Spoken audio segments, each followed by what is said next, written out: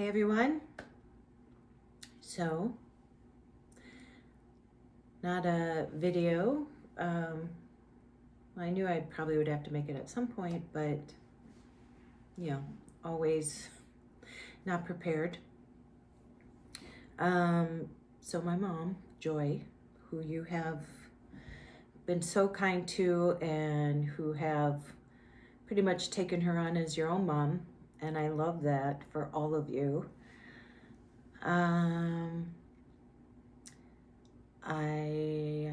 She is on hospice now. And so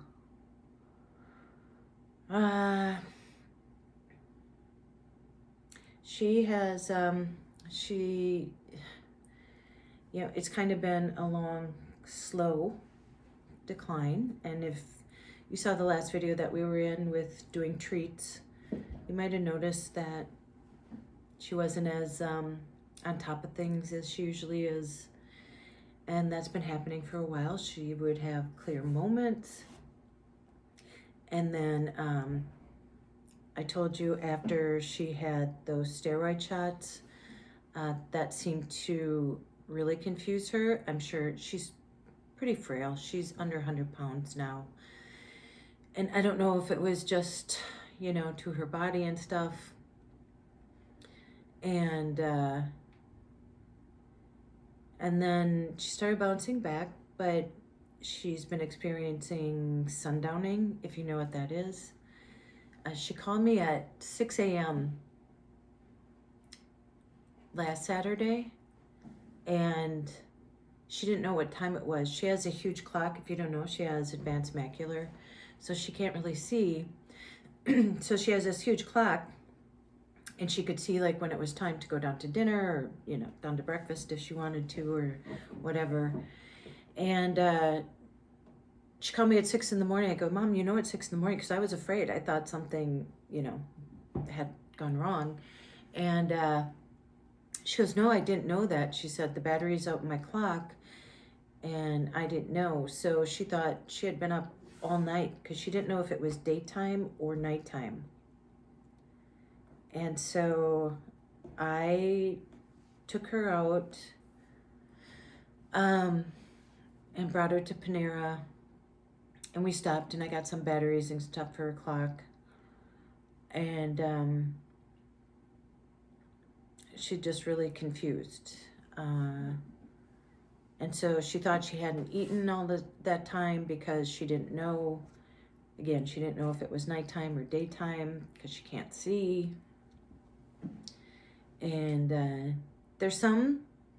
I went today, I went yesterday, I've been going every day. If you don't know, we're supposed to get like this huge snowstorm. It's supposed to happen all over in the south, and then especially up here in the north. I think we might even have school closed on Friday. It's supposed to be minus 22 degrees here on Friday. If you don't know, I work at a school. And so, I went today. Yesterday, I brought her Culver's. I'm not going to go into everything, but she's just confused. And the place that she lives in. So I'm going to tell you too, also on top of this, what's going on in Minnesota. Sure you know, if you keep up with the news. They even have their front doors locked all the time now for the assisted living. So, on top of everything, all that worry. And, but they have been so great. So her assisted living has been so great. They're the ones that said, maybe we should put her on hospice because, since last week, she's refused to take her medications. She thinks she doesn't need them anymore.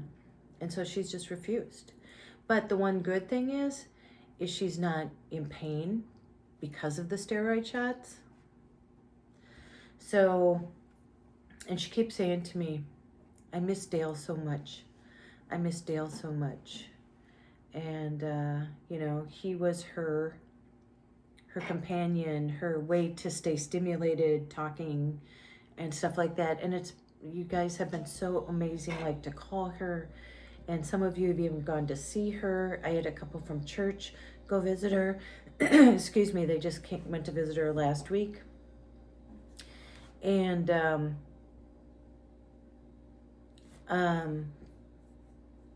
but you know, especially with not taking her medication, she was already starting this before. And if you don't know, she has AFib. And so, you know, she takes a lot of medication. And she said, I'm not in pain. I don't feel like I need the medication anymore. And I don't tell you guys, like I said, behind the scenes, for a long time, she's been saying, I'm ready to go.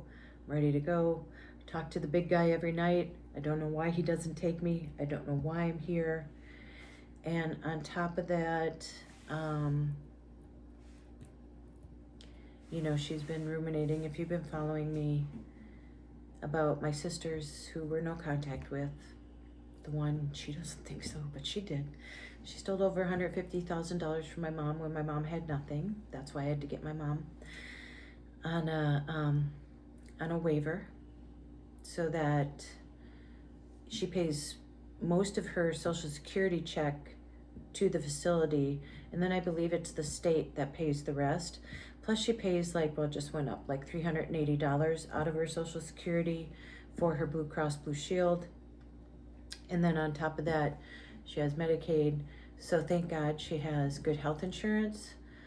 But, you know, and if you've been with me, sorry, if you're just watching this, you won't understand. But I lost my, I got my identity stolen, like everything. That's why I have this new channel. Back in August. And thank God I am where I'm at. I'm not anywhere close to. I've lost like pretty much my livelihood, you know, everything else. But that if it weren't for such great people like the ones who watched me on my last channel and watched my mom and have really helped, and again, so she was ruminating. Sorry, I'm all over the place, but it's a lot. It's a lot for me. I've been through a lot, and it's a lot. That she was ruminating on my sister. If you don't know, we started a lawsuit last year. I was a paralegal for 40 years. I got an attorney for her because I didn't know how I was gonna have assisted living paid for her. Again, she's legally blind. She has profound hearing loss. And my sister said, no, it's our money, even though they just sold their house for $925,000. And my sister used to be her power of attorney, and she's an accountant on top of it. And she knew my mom had less than $50,000 to her name and still would fight this. And so my mom was hurt, angry, hurt, sad. And my other sister, useless, didn't help with my dad, didn't help with my mom, didn't see her. She thinks she had reasons, but she didn't. But yet didn't see her for like a year and a half, but showed up one day at lunch, and my mom was so happy to see her. It's like the prodigal child coming home. And she just showed up to ask her for $30,000 to help them get out of foreclosure and not lose their house. So talk about a kick. And if you don't know my background, 6 kids, 5 girls, 1 boy. My sister died at 42 from cervical cancer. My brother passed away. Well, her husband passed away at 52 from a brain tumor. My dad had a massive stroke the day we buried my brother-in-law. He lived for 3 more years. My brother died about 4 years ago from colon cancer at 61. My other sister had strokes at 61, and she's in assisted living. And people have asked about her. I will never talk about her. She was born, talk about challenges, and she made a lot of herself, but so I really want to protect her in all of this. She has nothing to do, and it's not her fault of like how she is or whatever. And my mom has talked about how when she grew up, my grandma, her mom, they grew up in the Depression. My grandma had, I don't know, like 4 husbands, I think. And a lot of times they were homeless. They were homeless during the Depression because my grandma couldn't afford, she was a waitress and she couldn't afford to pay where they were living. So my mom slept at bus stations, they've had to sneak out in the middle of the night because my grandma couldn't pay her rent. And then going back to when my grandma got pregnant with my grandma was married to my mom's dad, and he didn't want any kids. And my grandma was really in love with him, from what I've heard. And so when she got pregnant, he left. So this was 96 years ago. And he took off. And in that time, my mom would always try to reach out to him. When she got married, she wrote him. He lived in California. She knew he traveled a lot, but she knew the company that he worked for. And so she would write him there, and she would never hear back from him until he was dying and had no one. And I remember this, I was in junior high. And so he came to live with us, and she took care of him. This guy who denounced her, didn't want her. Oh, and on top of that, my grandma, when she would get mad, she would tell my mom she wished she never would have had her and drowned her in the bathtub. And so he took care of my grandpa, and then he was well enough to go home. He wanted to go back to California. And then she had cousins who I don't think she ever even knew. And a day or two before my grandpa died, and my grandpa was very wealthy. He was a miser. He wouldn't eat anything just to save money. And they had him, his signature was chicken scratch, because they had him sign a will leaving everything to them. And he left my mom $1. Can't always judge a book by its cover, huh? And you wonder why I have tenacity to get through what I've gotten through my whole life. Because I learned it from my mom and my dad, both the best people ever. And my mom was the most forgiving, loving person. She is the most forgiving, loving person you would ever meet. And so was my dad, just a straight up blue collar worker. Worked his whole life, worked 2 jobs. So my mom stayed home and took care of us. And then when my oldest sister went to college, he took on a 3rd job so that he could pay for college. And then she ended up getting pregnant. That's the one that we sued. She ended up getting pregnant right away. And so she quit college. She ended up going later on in life. Families, huh? What an adventure, huh?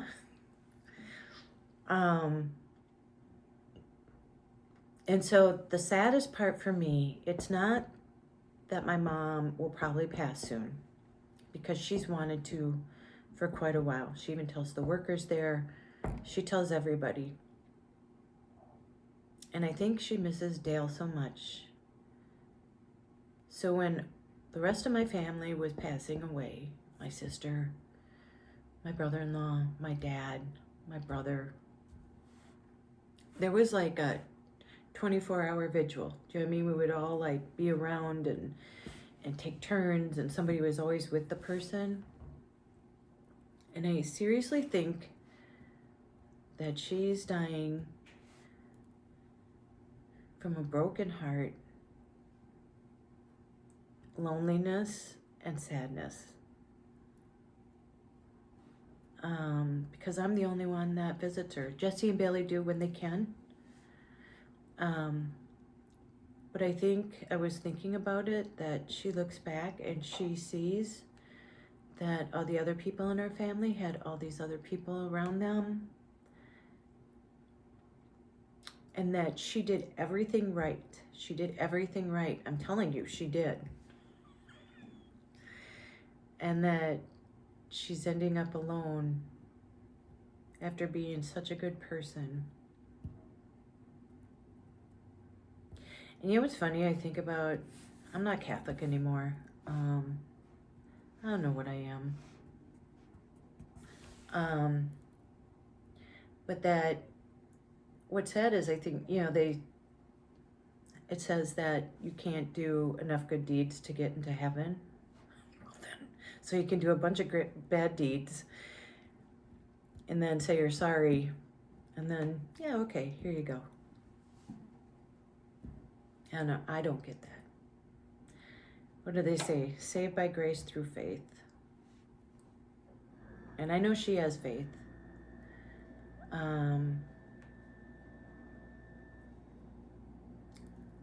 But yeah, so it could be a day. It could be when I saw her today. Yesterday I brought her Culver's. And today I brought her a hamburger. I brought her a kid's meal. And chocolate shake. Always bring her a chocolate shake. She loves them. And she ate everything. She was just laying in bed with Olivia, her cat. And she said, Olivia's been with me the whole time. Olivia's been her steadfast companion. Thank God for Olivia. Thank God for pets. They give you love no matter what, you know?